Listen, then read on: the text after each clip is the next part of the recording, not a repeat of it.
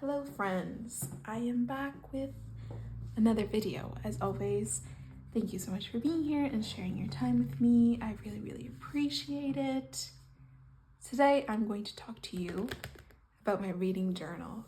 This is kind of an overview of all the things you need. It's very simple, and I guess a pen, whatever tickles your fancy.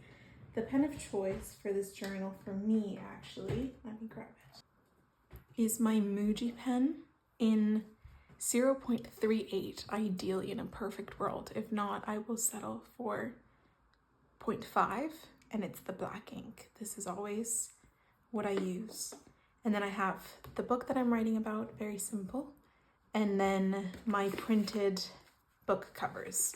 Nothing fancy. For years, actually, I just printed them at my local library because for whatever reason, they don't charge to print. So I really, if you can see that chunk, I really took advantage of that and printed. Anytime I would get a book or get a book haul, whatever, I would print out the covers, and I'll explain what that is in here. But now I have a printer so I can print them in the comfort of my own home, which is very nice. The notebook I use is called Clyde Stationery. Type is String Tie Notebook 02. This is in the color olive drab, and it is 80 sheets, and this is a Japanese brand from my understanding. So in the book, I have there's a little slot in the back, which I'll show, but I have my fiction envelopes and my non-fiction envelopes, which is pretty straightforward. These are all the books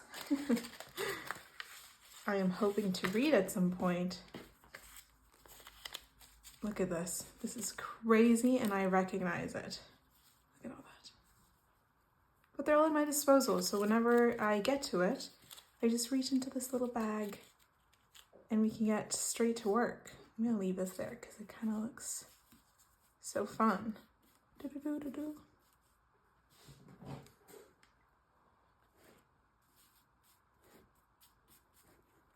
And then I have same thing for all my nonfiction books. Oh, I read this, but I saved it in case. I'll explain.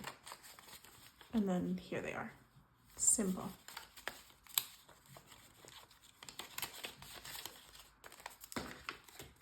Oh.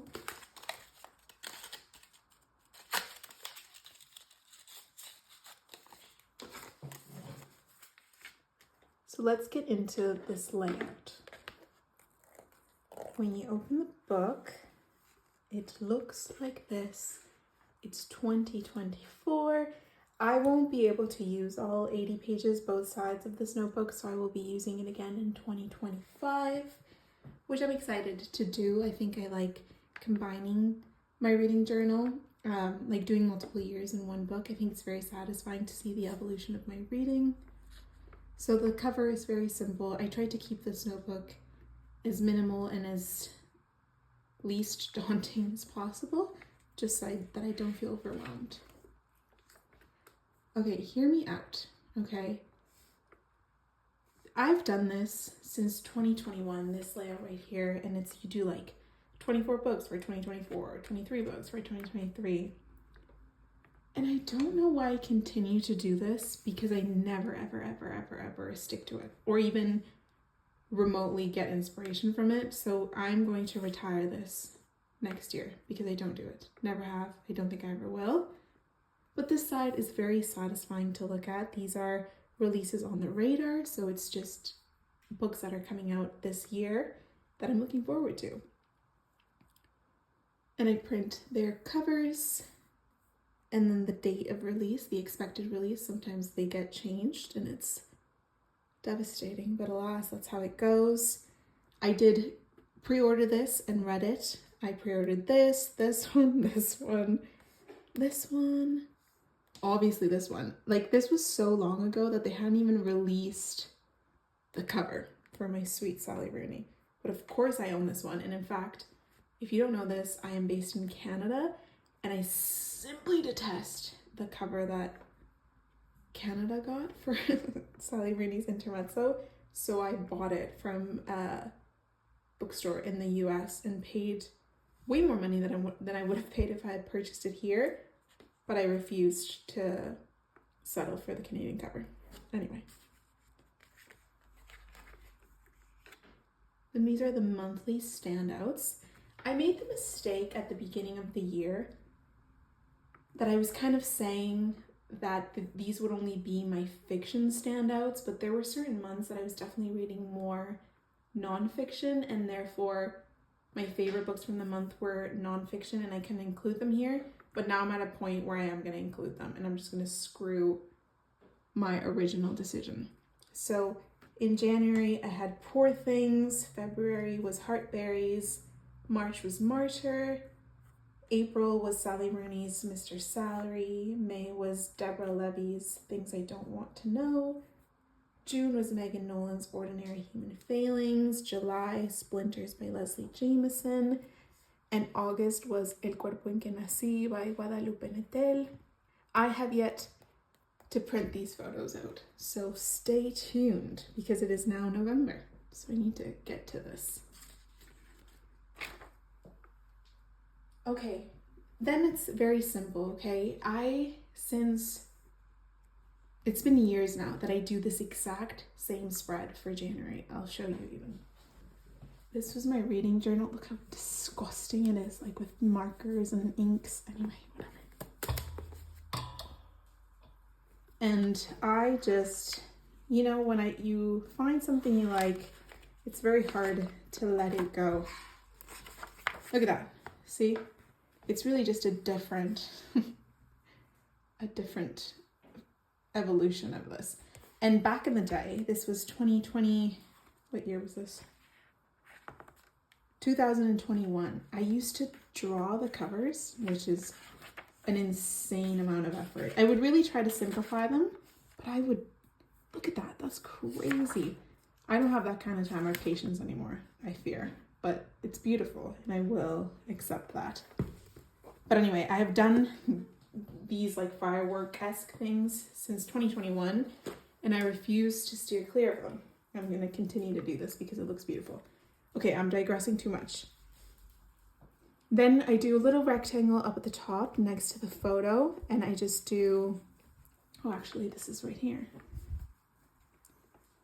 As an example, I print the cover, put it here, and then title, minor detail, author Adania Shibley, and then I give my, my review and I try to include quotes where I can because they speak for themselves and sometimes the quotes are not sometimes, all of the times, the quotes are much better than anything I could possibly say regarding the book.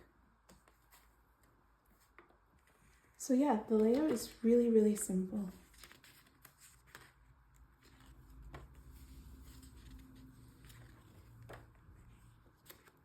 I did try to do different little doodles for each month, but then I quickly abandoned that and was just doing regular title. Also, I will be exposing myself in some of these pages because there are certain books that for whatever reason, I never returned to write a review about them. I am hopeful that I will do it at some point before the year ends. It's kind of nice to know, this is ridiculous, but it is truly kind of nice to know sometimes that if I want a little craft or a little at the desk task that I want to do, and I know that there's still certain books that I need to write a review on, it's kind of a nice thing to know I have available to me when I'm ready. See, like this one. And in fairness, this is a James Baldwin novel. It's James Baldwin, I just feel like I need to really get my thoughts together before I even attempt to tackle any sort of review for that because it's James Baldwin.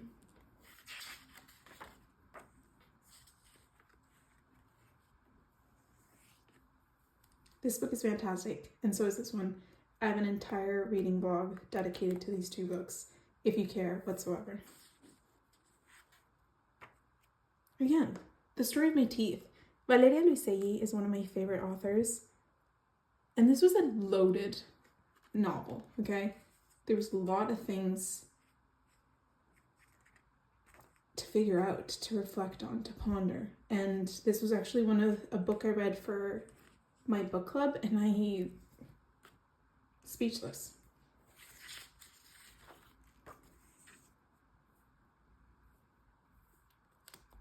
I also will include a little bag doodle so that I can explain where I bought them, because some of these books I have purchased while traveling, so it's very cool to see where these are from. These were all the books I bought while traveling in my most recent trip when my partner and I were backpacking to different countries in Europe. I also have an entire video dedicated to these, and all of these were so good.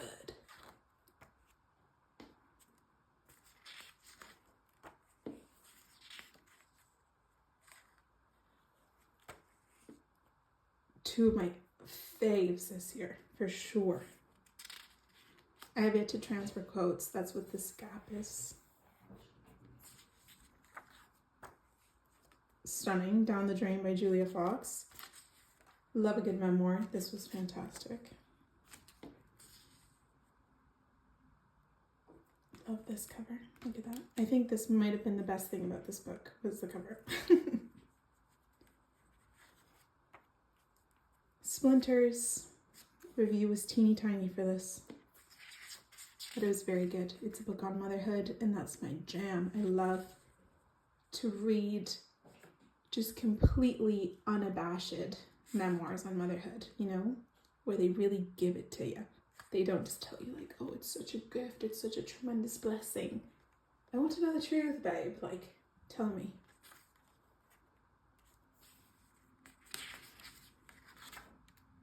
This is crazy, okay? We're gonna put some focus on this. I read one book in August. One book. That's crazy. And that's okay. That's okay. No judgment here to myself, okay? I've been reading much more slowly, but I've picked up new hobbies, so we can't spend all my time reading. That's okay. We forgive ourselves. I Who Have Never Known Men. This was so good, and a book that I'd been putting off for so long. So I'm very grateful to have finally read this one.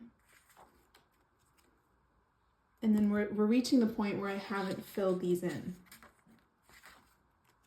Look, there it is, another gap.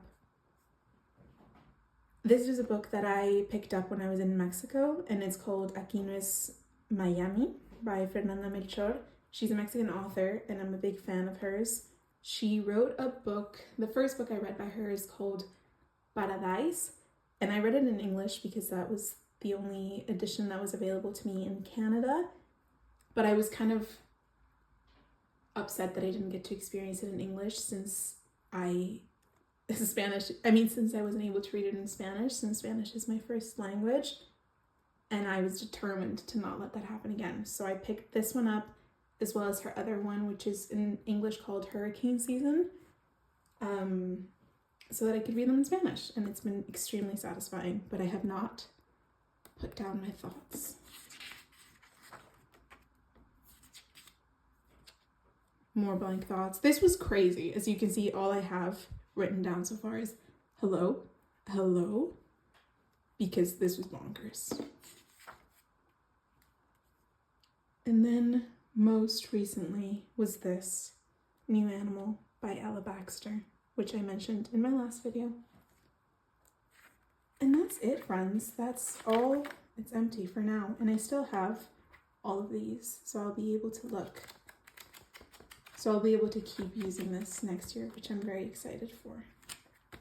And like I mentioned, these friends here just hang out at the back. There's a little pocket. Ooh. 1, 2, and that's it. This is her in all her beauty. I really appreciated making my reading journals much more simple, because in the past I've done the whole, I'm gonna put it to the side, which look beautiful.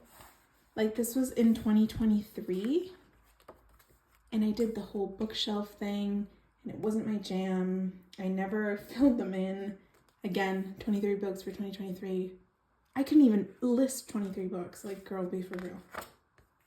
This is beautiful. One of my favorite things, and I do wish I had carried this on to my current journal, and that's just reading around the world and being mindful that I'm reading from authors that aren't just from England or the USA, which is harder to do than you may think. And for years now, a focus of mine has been to read more books by Latin American folk. So that's very important to me. And again, see the January spread, it's always the same. Again, this is just in case anyone is curious on how to do different layouts for reading journals. But this was actually something I really liked in this journal, which was the fact that I would do my review here, and then my favorite quote was in a different colored ink down the side. I just think there's something really satisfying about that. But then again, sometimes I didn't do it. But it's just a nice separation to know that the quote is here, review is here, and I don't have to like try to seek them out, if that makes sense. Anyway, there's definitely been an evolution for them all, even though there's definitely things you can tell I've carried throughout all of the years. And some reviews are really short and simple. There's no rules. It's just whatever feels right and whatever feels manageable, because oftentimes our journals can kind of get ahead of us and then we're unable to keep up with them. And this has always felt like I could keep up with it. This is so messy. I'm just stressed looking at it. Anyway, that's that. But yeah, that's how I keep my reading journal. I hope that's, I don't know, good to know, inspiration, or confirmation that the system you already perhaps have is good enough for you, or maybe there are things that you want to implement from this setup. Either way, I really appreciate you sharing your time with me and watching this video. I will see you when I see you. Bye!